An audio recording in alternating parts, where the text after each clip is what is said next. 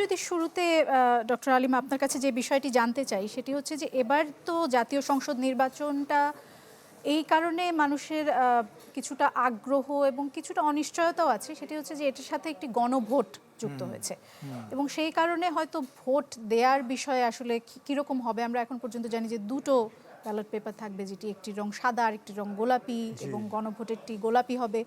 কিন্তু তারপরেও আপনার হিসাব কি বলে একজন নির্বাচন বিশেষজ্ঞ হিসেবে যে একজন ভোটারের ভোট দিতে কতক্ষণ সময় লাগতে পারে, এবং সেটি কি যেহেতু অনেক মানুষের আগ্রহ এবার ভোট দেওয়া নিয়ে, সেটি কি এক ধরনের চ্যালেঞ্জ তৈরি করবে কিনা যে 4:30টার মধ্যে ভোটের কার্যক্রম যদি শেষ করতে হয় সেই বিষয়ে?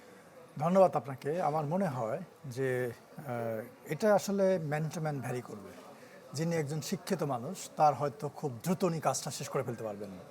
আবার অনেক মানুষ আছে যারা ওই যে রেফারেন্ডামের যে ব্যালটটা, গণভোটের ব্যালটটা, সেটা হয়তো হাতে নিয়ে অনেকে যেটা করার চেষ্টা করবেন, গোপন কক্ষের ভেতরে ঢুকে উনি পড়া শুরু করতে পারেন। যদি উনি 4টে ইস্যুই পড়া শুরু করেন তখন কিন্তু এটা লম্বা একটা সময় লাগবে। এই জন্যে আমি যতটুকু জানি ইলেকশন কমিশন প্রত্যেকটা কেন্দ্রের বাইরে কিছু বোর্ড লাগিয়ে দেবে, অর্থাৎ ওই বোর্ডের মধ্যে 4টে ইস্যু লেখা থাকবে, অর্থাৎ ভোটাররা যাতে করে ভোট কক্ষে ঢোকার আগেই ওই 4টে ইস্যু পড়ে ফেলতে পারেন, তাতে করে সময় সেভ হবে। কিন্তু সবাই তো আর লেখাপড়া জানেন না, তাই না? কিন্তু আমাদের কিন্তু একটা বড় সমস্যা আছে। আমি এই গত সপ্তাহ পর্যন্ত বাংলাদেশের প্রায় 12-13টা আসন ঘুরেছি। ওখানে দেখলাম, লোকজনের সঙ্গে কথা বললাম, অনেকেই গণভোটের ইস্যু জানে না। তারা জানে গণভোট হবে, হা বা না ভোট হচ্ছে, কিন্তু বিষয়গুলো কি তারা জানে না। সো এটা নিয়ে একটা আমাদের ল্যাক অফ ক্যাম্পেইন অ্যাওয়ারনেস ছিল। সো যদি সময় খুব বেশি লাগে, তা আমার ধারণা ইলেকশন কমিশন কিন্তু মক ভোটিং আয়োজন করেছিল। মক ভোটিংয়ে যেভাবে হয়েছিল, আমি যদি ধরে নিই যে গড়ে 1.5 থেকে 2 মিনিট সময় লাগবে এভারেজ, তখনও কিন্তু একটা প্রবলেম হবে। কারণ হলো আমাদের ভোটের সময়টা এটা 9 ঘন্টা, 7:30 থেকে 4:30। 9 ঘন্টা মানে কত মিনিট? 9 গুণ 60, 6 নং 54, অর্থাৎ 540 মিনিট। একজন ভোটারের যদি 2 মিনিট করে সময় লাগে, আমরা যদি ধরে নেই যে 70% ভোটার যদি ভোট দেয়, তখন কিন্তু আপনি একটা পুরুষ বুথের জন্য এবার ভোটার আছে 600, আর নারী ভোটের জন্য আছে 500। যদি 70% ভোটার ভোট দেয়, তাহলে আপনার কত হচ্ছে? 360 জন ভোটার পুরুষ কক্ষের জন্য। 2 মিনিট করে দিলে হয় কত আপনার? 700 সামথিং মিনিট, কিন্তু সময় আছে 540 মিনিট। কাজেই এইখানে একটু স্পিড আপ করতে হবে। যদি কোনো কারণে স্লো হয়ে যায়, তখন কিন্তু ভোটাররা লাইনে দাঁড়িয়ে থেকে বিরক্ত হয়ে ফিরে যাবে। এটা একটা বড় চ্যালেঞ্জ হবে। এই জন্য একটা কাজ ইলেকশন কমিশন করতে যাচ্ছে, যে প্রত্যেকটা ভোট কক্ষে 2টো করে মার্কিং প্লেস করা, এই বিষয়টাকে অ্যাড্রেস করার জন্য। এবং তারপর এটা নির্ভর করবে যারা ভোট গ্রহণকারী কর্মকর্তা থাকবে তাদের পারফরমেন্সের উপরে, তারা খুব কত দ্রুত ভোটারদেরকে ভেতরে ঢোকাচ্ছেন তার উপরে নির্ভর করবে। সো এটা খুব একটা চ্যালেঞ্জিং কাজ হবে। তারপরে আপনি যদি গণনায় আসেন, গণনা করার সময় যেটা হবে, আমি যদি পুরনো ইতিহাস দেখি, 2008 সালে তখন ভোটার ছিল 10 কোটির একটু বেশি, টার্ন আউট ছিল 87%, অর্থাৎ 7 কোটির একটু বেশি ভোটার ভোট দিয়েছিল। এবং এই যে 7 কোটি প্লাস ব্যালট, এটা গণনা করতে পুরোপুরি রেজাল্ট দিতে পরের দিন সকাল হয়ে গিয়েছিল। আর এবার ভোটার হচ্ছে 12,77,00,000, এবং যদি 9 কোটির ভোটারও ভোট দেয়, তার মানে 9 দুগুণে 18 কোটি ব্যালট গণনা করতে হবে। এই 18 কোটি ব্যালট গণনা করা কিন্তু কঠিন কাজ। এই জন্য ইলেকশন কমিশন আগে থেকেই বলেছিল যে এবার একটা সময় বেশি লাগবে। কিন্তু তারপরে আমি যতটুকু জানি যে ইলেকশন কমিশন যেটা করবে এবার, এটাকে খুব দ্রুত করার জন্য, যে এই যে যারা ভোট গ্রহণকারী কর্মকর্তা, তাদের কাউকে বাড়ি যেতে দেওয়া হবে না। অর্থাৎ মানে আমাদের দেশে যেটা প্র্যাকটিস, অনেক ভোট গ্রহণকারী কর্মকর্তা যখন ভোট গ্রহণ শেষ হয়ে যায়, গণনার আগেই বাড়ি চলে যান। অনেক আছেন যে বলেন যে আমার বাচ্চা অসুস্থ অথবা বাড়ি দূরে, এই নানা রকম অজুহাত বা নানা রকম যুক্তি দেখিয়ে তারা চলে যান। এবার যেটা করার প্ল্যান আমি যতটুকু শুনেছি, যে কাউকে বাড়ি যেতে দেওয়া হবে না, এবং ওই 2 ধরনের ব্যালট পাশাপাশি একই সঙ্গে কাউন্ট করা হবে। সেক্ষেত্রে জাহাঙ্গীরনগর বিশ্ববিদ্যালয়ে আমরা যে ঘটনাটা দেখেছি জাকসুর নির্বাচনের সময়, যারা বিশেষ করে নারী কর্মকর্তা আছেন তাদের জন্য কি এটা একটা চ্যালেঞ্জ হয়ে যাবে বলে মনে হয়? নিঃসন্দেহে চ্যালেঞ্জিং, কিন্তু কিছু করার নাই। জি, কারণ এটা জাতির ফলাফল দিতে কতক্ষণ সময় লাগতে পারে বলে আপনার মনে আমার হচ্ছে? ধারণা যে ইলেকশন কমিশন তো বলছে যে তারা পরদিনের মধ্যেই পরের দিন সকালবেলাও কিছু রেজাল্ট তারা দিবেন, এটা বলছেন। কিন্তু এটাও নির্ভর করবে ওই যে বললাম যে তাদের পারফরমেন্সের উপরে, ভোট কেন্দ্র কীভাবে গণনা করা হচ্ছে। একই বাক্সে কিন্তু 2টা ব্যালটে ঢোকানো হবে, হ্যাঁ, এবং বাক্সগুলো খুলে প্রথমে ঢালা হবে। ঢালার পরে আপনি যেটা বললেন যে সাদা ব্যালটটা একদিকে যাবে, গোলাপি ব্যালটটা আরেকদিকে যাবে। এখন এটা আলাদা করার সঙ্গে সঙ্গে যদি 2 সেট পিপুল এটা গণনা করা শুরু করে, তাহলে কিন্তু খুব দ্রুত হয়ে যাওয়ার কথা। হ্যাঁ, এবং এই মেসেজটা যারা ভোট গ্রহণকারী কর্মকর্তা, আমার ধারণা তাদের মাথায় এটা দেওয়া হয়েছে। সো এইভাবে যদি প্ল্যানটা করা থাকে, তাহলে আমার ধারণা পরের দিন দুপুরের মধ্যে হয়ে যেতে পারে, পরের দিন দুপুরের মানে মধ্যে শুক্রবার ফলাফল- দুপুরের মধ্যে হয়ে যেতে পারে, জি। যদি ম্যানেজমেন্টটা খুব সুন্দর হয়। কিন্তু সেক্ষেত্রে- যদি আপনার খুব ঢিলাঢালা একটা ভাব থাকে ওই মাঠ পর্যায়ে, অর্থাৎ কেন্দ্র পর্যায়ে, যদি এই যে এটা ম্যানেজমেন্টে একটা এক ধরনের উইকনেস থাকে, তখন কিন্তু আবার একটু সময় বেশি লাগতে পারে। জি, আজকে একটি ঘটনা ঘটেছে, আপনি নিশ্চয়ই দেখেছেন যে জামাতের একজন একটি অঞ্চলের আমির, এবং তিনি সেখানে কিছু টাকা নিয়ে ঢাকা এয়ারপোর্ট থেকে তিনি গিয়েছেন এবং সেখানে এয়ারপোর্টে তাকে আটক করা হয়েছে আমরা জানতে পারছি। কিন্তু যে বিষয়টি নিয়ে ধোঁয়াশা তৈরি হয়েছে সেটি হচ্ছে যে আসলে কি এই ধরনের কোনো আইন আছে কিনা, যে নির্বাচনের আগের দিন কোনো রাজনৈতিক কর্মী বা একজন সাধারণ মানুষ আসলে কত টাকা তার সঙ্গে রাখতে পারবেন বা নিতে পারবেন এক জায়গা থেকে আরেক জায়গায়। এবং সেটি নিয়ে এক ধরনের গুজব ছড়িয়েছিল যে নির্বাচন কমিশন সচিবের বরাত দিয়ে বলা হচ্ছিল যে তিনি বলেছেন যে 5 কোটি টাকা পর্যন্ত রাখতে পারবে, যদিও তিনি বলেছেন যে এটি একটি গুজব। এই বিষয়ে আমরা দেখেছি যে ট্রানজ্যাকশনের বিষয়ে এক ধরনের লিমিট করা হয়েছে, যে বিকাশ থেকে আপনি কত টাকা পাঠাতে পারবেন, 1000 টাকার একটা লিমিট দেওয়া হয়েছে। কিন্তু ফিজিক্যালি আপনি কত টাকা বহন করতে পারবেন সেই বিষয়ে কি কোনো নীতিমালা আছে বা নেওয়া কি উচিত ছিল বলে আপনি মনে না, করেন? কোনো নীতিমালা নাই। তবে আমাদের যে প্রধান নির্বাচনী আইন, সেখানে এই ভোট কেনা বেচা বন্ধের কথা বলা হয়েছে নানাভাবে, বিভিন্নভাবে, বিভিন্ন স্টাইলে কয়েকটা ধারা আছে যার মাধ্যমে এই ভোট কেনা বেচা বন্ধের কথা বলা হয়েছে। আর ভোট কেনা বেচা বন্ধ করার উদ্দেশ্য মানে কি, অর্থাৎ যদি কেউ টাকা বহন করে, কি কারণে সে বহন করছে, এটা দেখার দায়িত্ব ইলেকশন কমিশনের নিঃসন্দেহে। এবং ইলেকশন কমিশনের পক্ষে আপনি জানেন যে প্রত্যেকটা আসনে এই যে জুডিশিয়াল ম্যাজিস্ট্রেটরা আছে, নির্বাহী ম্যাজিস্ট্রেটরা আছে, এটা তাদের মূল দায়িত্বটা তাদেরকে অ্যাক্টিভ করা, তারা এটাকে মনিটরিং করবে, গাড়ি সার্চ করবে, দেখবে কে কত টাকা বহন করে নিয়ে যাচ্ছে, এবং সেটার সেটার সেটার সোর্স এবং কেন সে বহন করছে এটা কিন্তু জিজ্ঞেস করতে পারে ওই আইন অনুযায়ী। যদি মনে হয় যে এটা ইললিগালি সে বহন করছে, তার অন্য উদ্দেশ্য আছে, সে ব্যবসার কাজে না বা অন্য কোনো প্রয়োজনে না, কোনো কারণ ছাড়াই সে বহন করছে, তখন কিন্তু এটা ইলেকশন কমিশন ধরতে পারে, তাকে শাস্তির আওতায় আনতে পারে।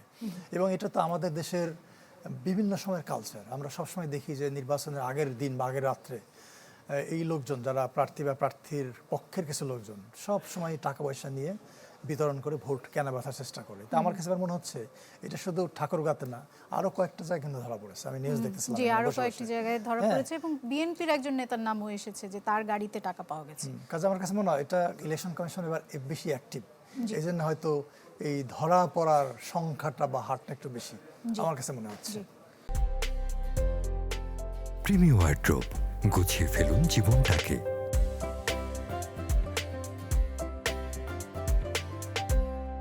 ডক্টর আব্দুল আলীম, যে বিষয়টি জানাচ্ছিলাম যে বিরতির আগে একবার আমরা বলছিলাম যে বিএনপির একজন নেতার গাড়ি থেকেও কিন্তু টাকা উদ্ধার হয়েছে, এবং তারপরে কিন্তু আমাকে প্রযোজক জানালেন যে এটি আসলে একটি গুজব, এবং যেটি বিভিন্ন আমরা দেখেছি যে অনেক অনলাইনে খবরের মাধ্যমে কিন্তু এর মধ্যে চলে এসেছে এই গুজবটি, এবং অনেক ভোটারই নিশ্চয়ই এরই মধ্যে এই তথ্যটি পেয়েছেন, এবং তাদের পক্ষে এত তাড়াতাড়ি জানা সম্ভবও নয় যে এই তথ্যটি সঠিক কি সঠিক না। এই বিষয়টি কি এইবার নির্বাচনে একটা বড় চ্যালেঞ্জ হয়ে দাঁড়াবে কিনা? হ্যাঁ, এটা চ্যালেঞ্জ শুরু থেকে ছিল, এবং এটার প্রধান আপনি যদি আমরা একটু পেছনে ফিরে যাই, আমাদের যে দল এবং প্রার্থীর জন্য আচরণ বিধিমালা, এটাতে প্রথমবারের মতো সোশ্যাল মিডিয়ার ব্যবহারটাকে অন্তর্ভুক্ত করা হয়েছে। এটা আগে এই বিধিমালায় ছিল না, না থাকলেও অনেক প্রার্থী অনেক দল সোশ্যাল মিডিয়াকে ব্যবহার করতো এবং ইলেকশন কমিশন কোনো কথাই বলতো না, আগের কমিশনের কথাগুলো বলছি, বাট এবার এটাকে অন্তর্ভুক্ত করে এটাকে ভ্যালিডেট করা হয়েছে, অর্থাৎ প্রার্থী এবং দল সোশ্যাল মিডিয়া ব্যবহার করতে পারবে। আর এখন যেহেতু আমরা যে যুগে বসবাস করি, এটা কিন্তু সোশ্যাল মিডিয়ার যুগ, আমরা প্রত্যেকেই সোশ্যাল মিডিয়ার দেখি, অনেকেই অ্যাডিক্টেড হয়ে গেছি, এবং এটার একটা পার্ট হচ্ছে আপনার এই মিস ইনফরমেশন, ডিসইনফরমেশন, অপতথ্য ঢালাভাবে করা হচ্ছে। এবং এই যে ইলেকশনটাকে কেন্দ্র করে শুরুর থেকে এটা ছিল, আপনি খেয়াল করে দেখবেন যে সোশ্যাল মিডিয়ায় বলা হতো যে নির্বাচন হবে না, হ্যাঁ, মাননীয় প্রধান উপদেষ্টা নির্বাচনের তফসিল ঘোষণা করতে দিবেন না, উনি 5 বছর থাকবেন, অনেক দিন থাকবেন, এই ধরনের নানা রকম কথা ছিল। ইভেন কি বলা হতো যে তফসিল ঘোষণা করলে কি হবে, ইলেকশন শেষ দিন পর্যন্ত হবে না। ইভেন কি আমিও গত সপ্তাহে আমাকে একজন সাংবাদিক সরাসরি আমাকে প্রশ্ন করলো স্যার নির্বাচন তো হবে না, তাই না? আমি তখন তাকে প্রশ্ন করলাম, কী কারণে হবে না, পেছনের কারণটা কি, আমাকে সেটা আগে বলেন। মানে এইমনভাবে এই যে অপতথ্যটা ছড়িয়ে গেছে তাদের মাথার মধ্যে, যে অনেকে মনে করছে যে এইগুলোকে বিশ্বাস করতে হবে, চিন্তা করতে হবে। তো এখন এই যে প্রচার অপপ্রচার, এটা নিঃসন্দেহে ইলেকশন কমিশন এবং আমাদের যে পুরো নির্বাচন ব্যবস্থা তার জন্য একটা বড় চ্যালেঞ্জ। এবং এই কারণেই ইলেকশন কমিশন যেটা করেছে, আমি যতটুকু জানি, একটা টিম গঠন করেছে এটাকে দেখার জন্য, এটাকে মনিটরিং করার জন্য। এবং একই সঙ্গে তারাও কিছু অ্যাকশন নিয়েছে, এটাও আমি জানি। আর একই সঙ্গে কিন্তু তারা মানুষকে, জনগণকে বলছে যে আপনারা এই কোনো অপতথ্যে বিশ্বাস করবেন না, অপতথ্যে কান দেবেন না, এবং নিজে যাচাই না করে, না বুঝে কোনো কন্টেন্ট শেয়ার করবেন না। তারপরে আমি বলবো যে এই কাজটা খুব কঠিন। আপনি সোশ্যাল মিডিয়া মনিটরিংটা খুব ডিফিকাল্ট একটা কাজ, এবং খুব টেকনিক্যাল এক্সপার্ট লোক ছাড়া এটা সম্ভব না। এবং হয়তো আমাদের এখানে এটার ঘাটতিও আছে। আর এটার সঙ্গে বোধ হয় এই যে যদি ফেসবুক হয় তাহলে মেটার সঙ্গে একটা এগ্রিমেন্টও দরকার ছিল, অনেক কিছু করণের দরকার ছিল। বাট এটা আমরা হয়তো ঠিক মতো করতে পারি না, যে কারণে এই তথ্য অপতথ্যটা একটু বেশি ছড়িয়ে গেছে, যে কারণে মানুষের মধ্যেও এক ধরনের শঙ্কা এটার কারণে কিন্তু ঘটেছে। জি, এর আগের যে তিনটি নির্বাচন নিয়ে অনেক বিতর্ক, মানুষের মধ্যে অনেক হতাশা, এবং অনেকেই আছেন যারা অনেক আগেই ভোটার হয়েছেন কিন্তু ভোট দেওয়ার সুযোগ পাননি, এইবারের নির্বাচনে তারা ভোট দিতে যাবেন। সেই হিসেবে এইবারের ভোট নিয়ে মানুষের মধ্যে উৎসাহ উদ্দীপনাটা মনে হচ্ছে অনেক বেশি। সেক্ষেত্রে ভোটার টার্ন আউট কীরকম হবে বলে আপনার ধারণা? আমার ধারণা হচ্ছে যে এবার তো প্রায় 4.5 কোটি নতুন ভোটার আছে, ফার্স্ট টাইম ভোটার। তারা অনেক আগে ভোটার হয়েছে কিন্তু ভোট দিতে পারে নাই, আপনি যেটা বললেন গত 3টা নির্বাচনে। এবং তারা প্রত্যেকে কেন্দ্রে যাবে, কেউ এই ভোটটা মিস করবে না, কারণ তারা চিন্তা করে যে আমি এত বছর আগে ভোটার হয়েছি, আমাকে ভোটের স্বাদটা নিতে হবে, আমাকে নিতে পারি নাই। সো তারা কেন্দ্রে যাবে। তবে একটা শঙ্কা হচ্ছে, আমার ধারণা, আমাদের অ্যানালাইসিস, যে আমাদের দেশে তো কিছু ভোটার আছে কোনো দলের প্রতি মানে একদম ব্লাইন্ড, হ্যাঁ, একদম রিজার্ভ ভোট ব্যাংক যেটাকে আমরা বলি। এটা বিএনপির ক্ষেত্রে আছে, জামাতের ক্ষেত্রে আছে, আওয়ামী লীগেরও আছে। আওয়ামী লীগের যারা এরকম ভোট ব্যাংক, তাদের একটা অংশ তো কেন্দ্রে যাবে না, আর তাদের মধ্যে আবার অনেকে যাবে। সো এই সব মিলে আবার মোট ভোটারের কত অংশ বলে মনে করেন? এটা খুব বেশি হওয়ার কথা না, এটা আমার ধারণা, এটা 10%-এর বেশি হবে না আমার মনে হয়। তো এইটা যদি আমি বাদ দিয়ে ধরি, তারপরে আপনি ধরেন যে ইয়াংরা তো কেন্দ্রে যাবেন বললাম, হয়তো নারীদের একটা অংশ নাও যেতে পারে কেন্দ্রে। তো সব মিলে আমার ধারণা, সাধারণ নারী ভোটারদের কথা বলছেন নাকি আওয়ামী লীগের? কিছু নারী আছে, সব মিলিয়ে আছে, এবং আমার ধারণা সব মিলিয়ে টার্ন আউটটা 65-এর মতো হবে আমার মনে হয়। আপনার মনে হচ্ছে আওয়ামী লীগের, আপনি বলছিলেন যে যারা একেবারে ভোট ব্যাংক এবং যারা ফিক্সড আওয়ামী লীগের ভোটার, তারা হয়তো অনেকে ভোট কেন্দ্রে যাবেন না। যারা ভোট কেন্দ্রে যাবেন, আপনার কি মনে হয় যে দলই তো তাদের ভোট টানার চেষ্টা করেছে, কোন দলকে আপনি এগিয়ে রাখবেন? এটা নির্ভর করবে বিভিন্ন আসনের যে কালচার, কনটেক্সট, প্রচারণা কীভাবে করেছে তাদের উপরে। যেমন ধরেন যে কোনো আসনে এরকম ঘটনা ঘটেছে যে বিএনপি যেহেতু জুলাই মুভমেন্টের পরে আওয়ামী লীগের বেশিরভাগ নেতাকর্মী বাড়ি ছেড়ে চলে গিয়েছেন, অনেকে ফিরে আসছেন, বাট চলে গিয়েছেন, কেউ দেশের বাইরে চলে গেছেন, আপনি জানেন। তা এই যে দলগুলো, তাদের কাছ থেকে আওয়ামী লীগের যারা কর্মী আছে, নেতা আছে, এলাকায় থাকেন, কারা বেশি অ্যাসিওরেন্স পাচ্ছেন যে তারা নিরাপদে তাদের ঘরে, তাদের বাড়িতে থাকতে পারবেন এবং ব্যবসা করতে পারবেন, তাদের কাজ করতে পারবেন। সো এটা ওই আসনগুলোর উপর নির্ভর করছে যে বিএনপির প্রার্থী বা জামাতের প্রার্থী কীভাবে তাদের সঙ্গে এই অ্যাগ্রিমেন্টটা করে ফেলেছেন, আলোচনাটা করে ফেলেছেন তার উপরে। সো এই জন্য ওই অনুযায়ী ভোটটা বিভক্ত হবে। অর্থাৎ একচেটিয়া কোনো দলই সুবিধা পাবে না, আমার মনে হয় না। এটা আসন টু আসন ভ্যারি করবে। যেখানে হয়তো বিএনপি নেগোসিয়েশনটা ভালো করেছে সেখানে বিএনপি বেশি পাবে, আবার যেখানে জামাতের নেগোসিয়েশনটা ভালো হয়েছে সেখানে জামাত পাবে। এবারের নির্বাচন সুষ্ঠু হবে কি হবে না সেটি নিয়ে অনেকের মধ্যে অনেক আশঙ্কা ছিল, এবং গত 3টি নির্বাচন যেহেতু বিভিন্ন কারণে বিতর্কিত, সেই কারণে মানুষের মধ্যে এই আশঙ্কা আরও বেশি ছিল যে এবারের নির্বাচন ঘিরে তাদের আশাও অনেক বেশি। আপনার কি মনে হয় এখন পর্যন্ত যে প্রস্তুতি দেখছেন, আজ তো একেবারে শেষ মুহূর্তের প্রস্তুতি, কাল সকাল 7:30 থেকে ভোট, কি মনে হয় যে নির্বাচনটা কেমন হতে যাচ্ছে? এই নির্বাচনের ওই যে আমি যেটা বললাম কিছু গুজব ছিল, এবং আপনি নিশ্চয়ই জানেন যে নির্বাচনের তফসিল ঘোষণার ঠিক পরের দিন যখন ওসমান হাদির উপরে গুলি চালানো হলো, তারপরে কিন্তু একটা আলোচনা সবখানে চলে এসেছিল যে নির্বাচন হবে না, নির্বাচনের জন্য যে আইন শৃঙ্খলা পরিস্থিতি সেটা খারাপ হয়ে যাবে। এবং আমরা দেখলাম যে এবং ইনকিলাব মঞ্চের ওনারা যখন যমুনার সামনে গিয়ে অবস্থান গ্রহণ করলেন তখনও কিন্তু এই ধরনের গুজব, যেটি Right. মাত্র কয়েকদিন আগের ঘটনা। এটা তখন গুজব না, আলোচনাও ছিল, জি, আলোচনা তখন এই ছিল, ধরনের গুজবের সঙ্গে আলোচনা আলোচনা ছিল। কিন্তু তারপরে কিন্তু পরিস্থিতিটা ওইভাবে খারাপ হয় নাই। এবং এখন দেখেন নির্বাচন ভণ্ডুল হওয়ার মতো কোনো কারণ নাই, এরকম কোনো বড় ঘটনা ঘটেও নাই যে নির্বাচন বন্ধ হয়ে যাবে। যদিও আমি আগেই বলেছি যে প্রচারণা ছিল, গুজব ছিল যে নির্বাচন বন্ধ হয়ে যাবে, কিন্তু বড় রকমের কোনো সহিংসতা কিন্তু ঘটে নাই ওই ঘটনার পরে। কাজেই যে পরিবেশটা আছে এটা কিন্তু আমি যদি তুলনা করি তাহলে ভালো পরিবেশ।